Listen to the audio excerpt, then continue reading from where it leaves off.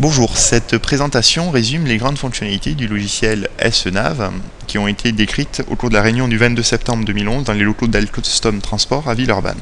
Le simulateur SENAV est un logiciel développé par la société Octal Scientific Environnement, qui est une société basée dans la banlieue sud de Toulouse, à Vigoulay-aux-Îles. Le logiciel SENAV permet de calculer la propagation des signaux électromagnétiques en bande L, de l'ordre de quelques gigahertz, en milieu contraint. Donc ça peut être un milieu urbain ou un milieu même indoor.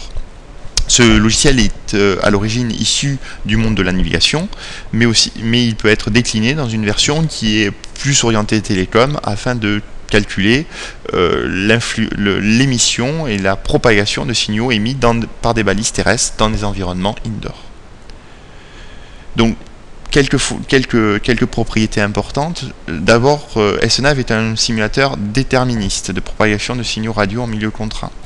On utilise la méthode du tracé de rayon, donc on n'est pas du tout dans le monde de la statistique, mais dans le déterminisme. Et cet algorithme de tracé de rayon est porté sur GPU. On utilise les propriétés et les caractéristiques de la carte graphique pour accélérer considérablement les calculs d'interaction et le calcul de masquage. Donc on utilise cette méthode de tracé de rayon pour déterminer les masquages générés par les environnements proches du récepteur, mais aussi calculer les multitrajets. Donc le logiciel calcule en chaque point de calcul les éléments géométriques, donc quelques éléments liés au monde de la navigation, mais aussi des éléments qui peuvent être intéressants pour la télécom, donc la visibilité, la géométrie des multitrajets. Le bilan de liaison, donc on calcule de façon vectorielle le champ électromagnétique incident, et donc on peut calculer la puissance, le déphasage, mais aussi le signal à bruit, les Doppler, etc. Aussi, on peut calculer le bilan d'erreur, mais là c'est plutôt orienté navigation. SENAV définit 4 modes de calcul. Donc le mode trajectoire, on calcule point à point tous les éléments, les sorties générées par le logiciel. Un mode statique, le récepteur reste immobile et on laisse le temps se dérouler. Un mode couverture, donc le but c'est de générer des cartes pour calculer l'évolution spatio-temporelle de paramètres importants.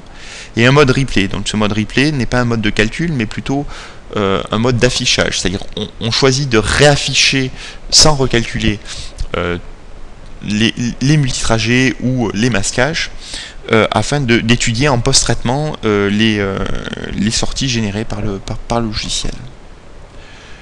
Modélisation de l'environnement, le logiciel modélise deux types d'émetteurs, les constellations de satellites, les MEO et les GEO, mais aussi les émetteurs terrestres, donc tout ce qui est pseudolithes, répéteurs, balises Wi-Fi. La modélisation de l'émetteur, en fait, l'interface permet de modéliser de façon fine l'émetteur, donc à la fois en puissance d'émission, en fréquence, en positionnement, bien entendu, en XYZ, le positionnement de chacun des émetteurs. En cycle, lorsqu'on a un ensemble d'émetteurs, on peut choisir de définir un cycle d'émission, et aussi en diagramme d'antenne. Le logiciel aussi modélise la ionosphère et la troposphère lorsqu'on a des satellites. L'interaction de l'environnement, c'est donc modélisé. Donc on va commencer par lancer le logiciel.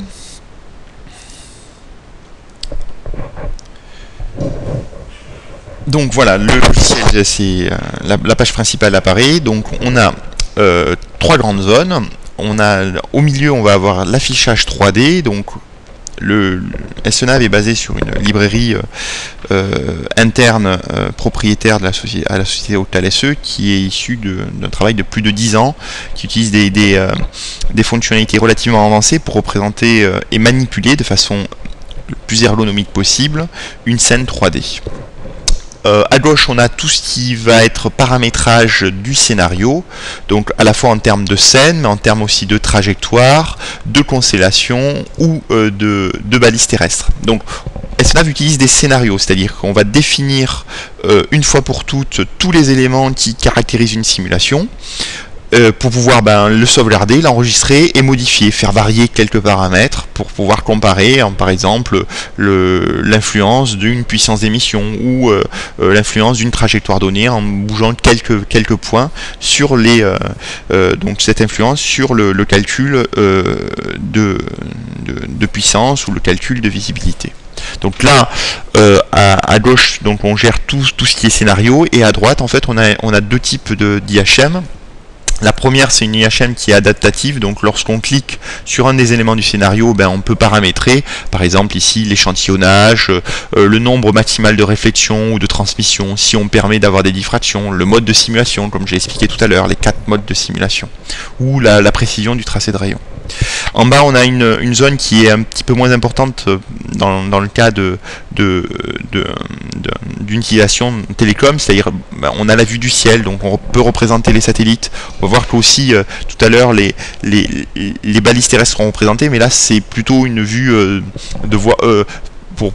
une vue du ciel qui permet de voir le défilement des satellites au cours du temps. Et ici, on a certaines caractéristiques qu'on va utiliser d'affichage de diagramme de visibilité ou de couverture lorsqu'on souhaite afficher les cartes qui ont été générées par SNAV, lorsqu'on souhaite les afficher en 3D. Donc là, on va ouvrir un scénario. Donc on a un scénario d'une scène qui a été téléchargée sous la bibliothèque, qui est une des scènes qui est issue de la bibliothèque gratuite de Google SketchUp. Donc il a précisé que dans l'édition avancée du logiciel SNAV, on fournit tout un ensemble de plugins ou de convertisseurs qui permettent de convertir des scènes qui ont été déjà construites, donc des scènes VRML, DXF ou des scènes issues de modeleurs relativement connus comme 3ds Max, mais aussi on fournit aussi un plugin SketchUp qui permet de convertir tout ce qui est scène 3D Google dans le format qui est utilisé par SNAV, qui est un format propriétaire interne à Octal SE qui s'appelle BDD pour base de données. Donc là on a la scène. Cette scène, c'est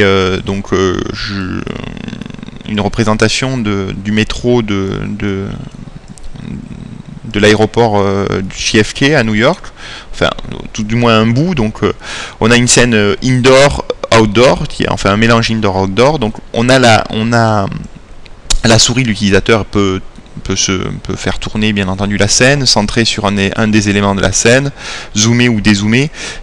La manipulation ressemble pas mal à la manipulation de Google Earth en fait. En jaune, on a la trajectoire, donc le récepteur va partir du drapeau vert ici et va s'arrêter au drapeau à damier qui est ici. Donc l'utilisateur peut très bien charger une trajectoire à lui, ou peut définir à la souris les points clés de la trajectoire. Donc les points clés sont représentés par ces petites pyramides.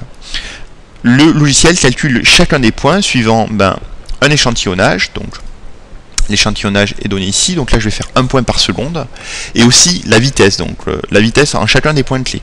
Donc on peut très bien avoir un mouvement uniformément accéléré, s'arrêter quelques instants en un point clé, puis redémarrer à telle ou telle vitesse. Donc là on va faire quelque chose de relativement simple, on prend 1 point par seconde à une vitesse d'1 mètre par seconde. Parlons aussi tout ce qui est émetteur. Donc les émetteurs, là ils ont été déjà sélectionnés. On a trois émetteurs, donc c'est les 3 cubes ici. Ce sont des émetteurs dits terrestres, donc ils ont été représentés, donc ils sont affichés ici, donc dans les émetteurs sélectionnés, ils ont un nom, l'ensemble des émetteurs s'appelle métro. Donc on voit qu'il y a 3 émetteurs qui ont été définis. Si on clique sur un des émetteurs, on a toutes les propriétés, leur nom, leur disponibilité, les coordonnées qui permettent de les localiser, donc ce sont les coordonnées locales. L'inclinaison, ça c'est très important pour les diagrammes d'antenne, voir si on incline de façon l'inclinaison locale de l'émetteur. La distance minimale d'émission, donc c'est la distance qui permet d'avoir une émission, donc de stopper l'émission lorsque le récepteur est trop proche de l'émetteur. Le temps d'émission, donc là c'est important lorsque on a un fonctionnement cyclé d'un ensemble de récepteurs. la fréquence, la puissance d'émission, les pertes de câblage et tout ce qui est erreur d'horloge. Donc là, l'erreur d'horloge c'est plutôt pour la navigation, et le diagramme d'antenne. Donc on a trois émetteurs. On va lancer une simulation dite une simulation trajectoire. Donc on sélectionne ça dans le scénario. Donc on se met en simulation trajectoire, moving. Donc on enregistre et on lance tout de suite. Donc là on va être en simulation purement directe. On n'a pas de réflexion, pas de transmission et pas de diffraction. Donc on le lance. Donc on va passer en mode replay pour analyser un petit peu ce qui se passe. Donc là en mode replay, je vous rappelle qu'on ne recalcule pas, on ne fait que réafficher. Donc on utilise le petit curseur ici, donc pour pouvoir faire défiler le temps. Donc là on a les trois qui émettent, donc en blanc. Donc on a purement le masquage, c'est-à-dire qu'au départ on ne voit qu'une seule balise, et peu à peu on a les trois. Donc ce qu'on peut faire tout de suite, c'est analyser les résultats, parce que on n'a pas que de l'affichage dans SNAV, on produit des fichiers qui sont directement, qui se lisent directement sous syllabes. Donc par exemple, donc je détaillerai pas ça serait un peu long de détailler tous les fichiers de sortie, mais bon, si vous avez besoin de plus de renseignements, je pourrais vous écrire tout ça pour pouvoir définir exactement les données produites par le logiciel. Donc une des données qui vous intéresse le plus, je pense, c'est la puissance reçue. Donc là c'est une puissance dite composite, donc on va ouvrir Scilab pour pouvoir avoir un affichage donné. Donc c'est une puissance qui prend en compte les trois émetteurs. Donc en ouvrant Scilab, donc comme je vous l'ai dit, on peut tout à fait tracer ça directement, simplement. Donc j'enregistre les données produites et je fais juste un plot relativement simple de la donnée. Voilà, donc là on a la puissance, donc on voit bien les pics. Donc bien sûr on a des interférences qui sont dues aux pertes d'espace libre et les interférences qui sont dues au déphasage, mais on voit quand même les pics ici, premier récepteur, deuxième récepteur, troisième récepteur. Donc on a bien les deux qui sont plus proches, on n'est pas tout à fait symétrique, et on voit en fait l'influence de la phase sur la puissance lorsqu'on recombine tous les rayons. Donc on va garder cette courbe, on va faire exactement la même simulation, mais là on va prendre en compte, donc on va se remettre en simulation mobile ou trajectoire, on va en prendre en compte jusqu'à 2 réflexions, 2 transmissions, et on va prendre en compte aussi les diffractions. Donc on enregistre et on lance. Voilà. Donc le calcul se fait. Donc là on a quand même plusieurs centaines de milliers de triangles. On est en train de calculer jusqu'à 5 interactions par trajet. Donc on va mettre une vingtaine de secondes exactement. On peut voir le temps de simulation. On a mis 22 secondes. Donc pareil, on va se mettre en replay pour analyser tout ça. Et on va se mettre une zone où on a pas mal d'interactions. Donc on zoome. Donc comme je vous l'ai expliqué tout à l'heure, là par exemple on va prendre ce rayon là, il est direct. Là on a une belle arête diffractante. Donc on a une diffraction ici. Et on a une réflexion. Donc si on se place par rapport à cette réflexion là, on voit bien qu'on respecte les lois de la réflexion, on est parfaitement symétrique. Donc on a calculé tout le long du trajet en fait les interactions qui ont été générées par l'environnement. Donc pareil, on va analyser un peu les résultats. Donc là on a un fichier qui est intéressant, c'est le fichier Regeum, qui permet de voir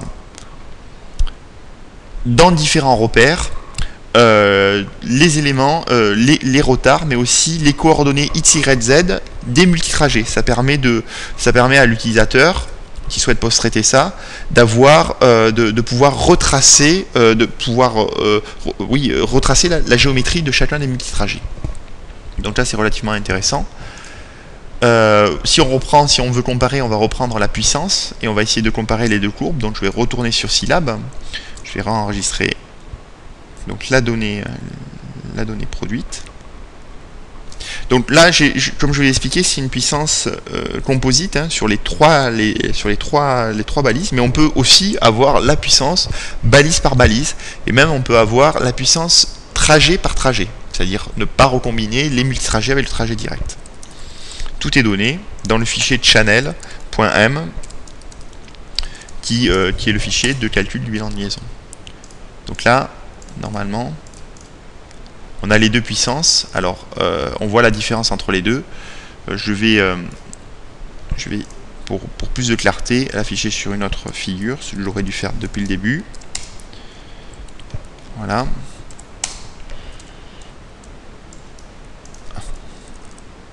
Voilà. Donc là, on a la deuxième puissance. Donc on voit vraiment une influence. Donc là, on a la première. Je vais la retracer parce qu'on ne voit pas très bien. On va rouvrir le fichier. Donc c'est le fichier result. C'est avant. Donc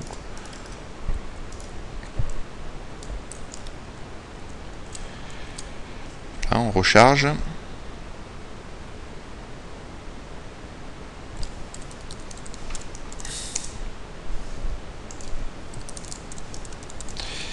On retrace. Donc là, c'était sans réflexion, avec réflexion, sans multitrajet, on va dire, et avec réflexion. Donc là, on a quand même une influence beaucoup plus forte de tout ce qui est. On a du fading, on a une variabilité plus importante.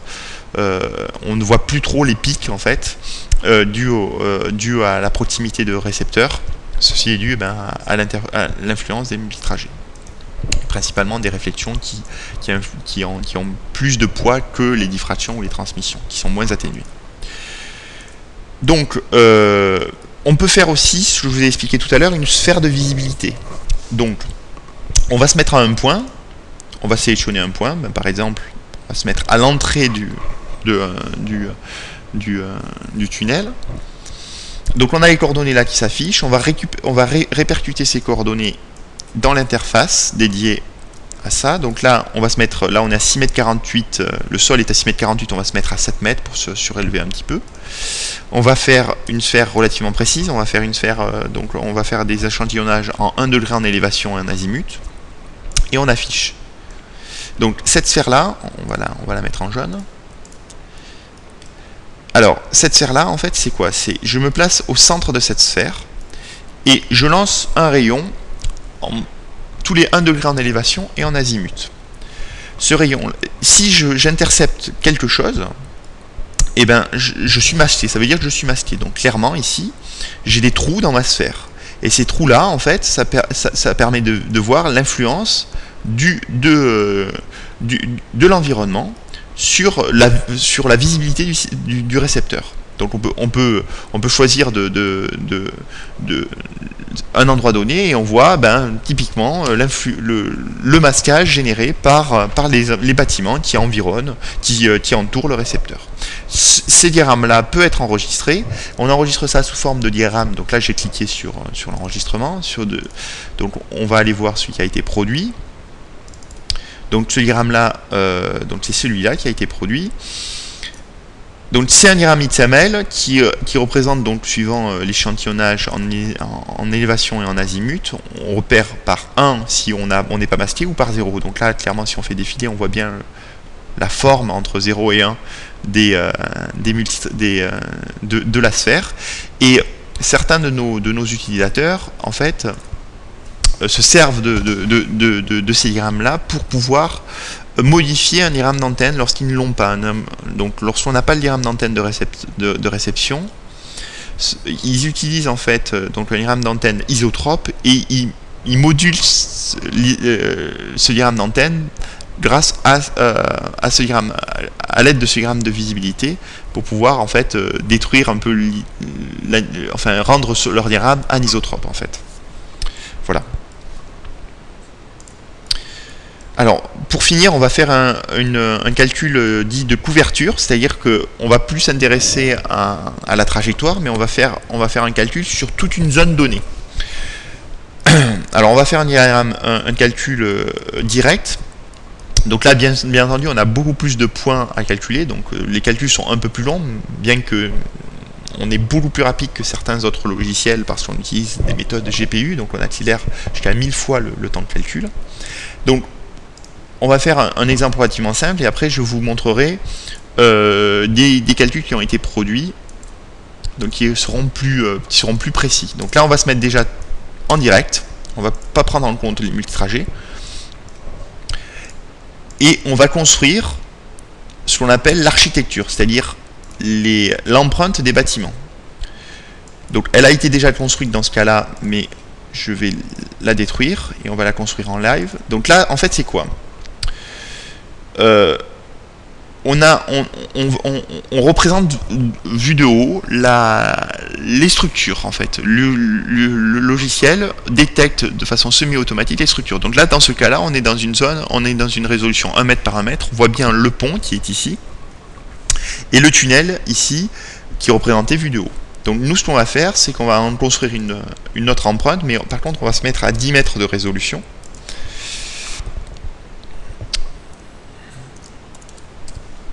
Donc on est à basse résolution, on scanne, c'est déjà scanné. Donc là on voit que c'est beaucoup moins détaillé, ce qui est normal parce qu'on est précis de l'ordre de 10 mètres. Le but c'est de faire un calcul relativement court pour vous montrer un peu les grandes fonctionnalités. Et après par contre bien sûr ce calcul là il sera beaucoup moins précis que le calcul qui a été produit avec une carte de 1 mètre de réseau qui a une résolution d'1 mètre. Donc on va lancer le calcul. Donc ce calcul couverture, tout est prêt, on le lance. Donc on veut calcul cartographique, et là on sélectionne grâce à cette interface là le plan de coupe en fait, parce qu'on veut quand même calculer le champ à l'intérieur des bâtiments. Donc il faut calculer une hauteur. Donc là par exemple on va se mettre à peu près au niveau de la trajectoire, qui est à peu près à 10 mètres de haut par rapport au sol, mais j'ai mis une trajectoire qui est de l'ordre de 3 mètres en hauteur par rapport au tunnel. J'ai représenté un peu le toit d'un métro. Donc là, on lance le calcul. Donc le calcul est quasi immédiat en direct. Hein. Donc là, on l'a lancé. Donc ça y est, il a été produit. Et donc, on produit des cartes. Donc, je vais prendre la dernière. Celle qui a été produite tout à fait. Donc, en altitude, on est quasiment plat. En visibilité, donc on voit bien ici, en visibilité. Donc là, on a le tunnel qu'on essaye de discerner un petit peu. Bon, je vais vous montrer par une carte en 1 mètre de résolution, on voit les choses beaucoup plus clairement. Et là, on a la visibilité. Donc, on va aller de 1 à 3. Donc, en rouge, on reçoit 3 satellites. C'est un petit peu logique qu'on reçoive. Cette zone-là est assez logique parce que c'est dans le prolongement du tunnel. Donc là, on est en visibilité assez... On est dans une configuration assez bonne pour recevoir les trois satellites. Ici en violet ou un peu moins rouge, on va dire, on a 2 satellites, et en violet on a un satellite. Donc on voit bien que plus on s'écarte de l'axe du tunnel, moins on a de pseudolithes ou de répéteurs. Je disais satellite, mais il faut plutôt dire répéteurs terrestres en visibilité. Donc là, ce qu'on va faire, c'est donc le calcul a été déjà fait dans le cas. Donc là, on discerne beaucoup mieux en fait les bâtiments, hein, si on se met en hauteur. Donc là, on a le pont ici et on a le tunnel ici. Donc là, on a le même calcul, mais par contre sous forme avec une résolution de 4 mètres. Donc ce qu'on peut faire, c'est qu'on va enregistrer cette image. On a envie de l'afficher en 3D. On va l'afficher en 3D.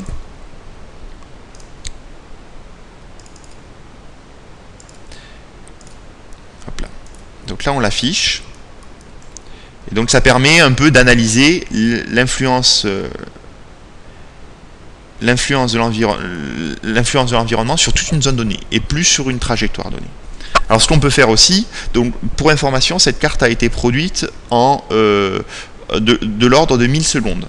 Si on prend en compte les multitrajets sur la même zone, donc là c'est un peu plus long, c'est de l'ordre de 2000 secondes. On a cette zone, on a l'impact des multitrajets. Donc ici par exemple, on voit qu'on a de la visibilité. C'est dû au fait que en fait le tunnel n'est pas tout à fait fermé, on a des fenêtres ici qui nous... Donc au cours de ce film, nous avons pu voir les grandes fonctionnalités du logiciel SNAV. Si vous avez des questions à la fois techniques ou commerciales, n'hésitez pas à nous contacter.